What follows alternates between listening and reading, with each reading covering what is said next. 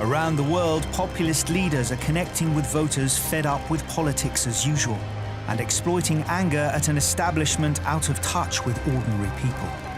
But giving voice to people's frustrations is one thing, offering them real answers is quite another.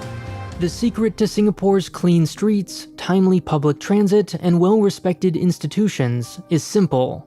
When you have 6 decades of uninterrupted power, zero accountability, and no opposition to slow things down, you truly can just get things done.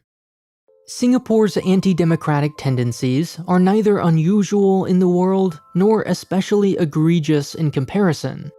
Their purpose, however, was to support rapid economic growth. Whether economic growth was ultimately in service of raising the standard of living or retaining the party's grip on power is disputed.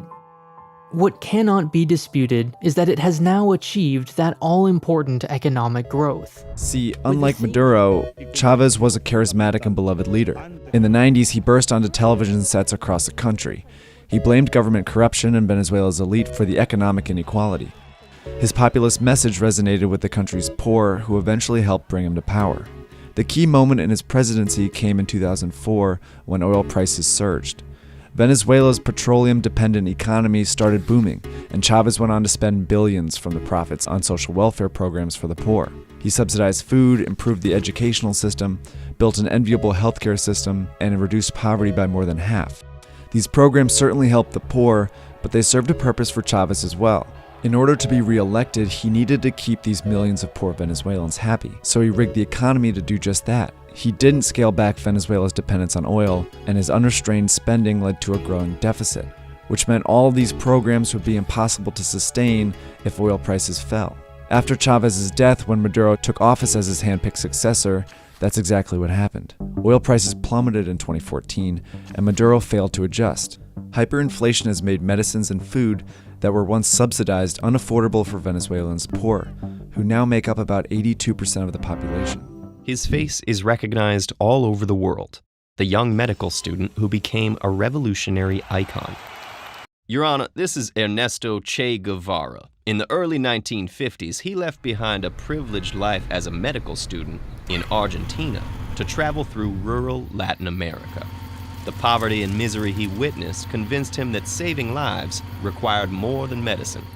So he became a terrorist seeking to violently overthrow the region's governments. Whatever Batista's faults, it can't compare to the totalitarian nightmare Castro would create. Forced labor camps, torture of prisoners, no freedom to speak or to leave. But this isn't the trial of Fidel Castro, is it?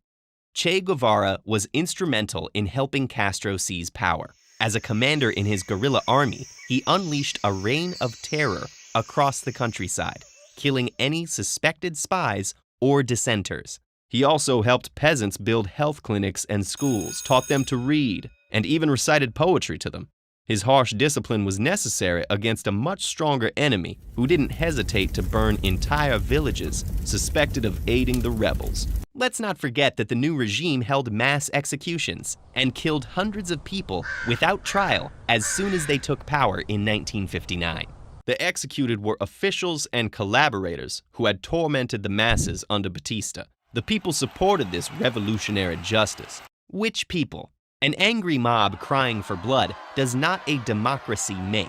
And that's not even mentioning the forced labor camps, arbitrary arrests, and repression of LGBT people that continued long after the revolution. There's a reason people kept risking their lives to flee, often with nothing but the clothes on their backs. So that was the end of it? Not at all. As Che said, the revolution is immortal. He was publicly mourned in cities all over the world, not by the Cubans who managed to escape, and his story would inspire young activists for generations to come. Ha! A trendy symbol of rebellion for those who never had to live under his regime. Symbols of revolution may become commodified, but the idea of a more just world remains. Maybe.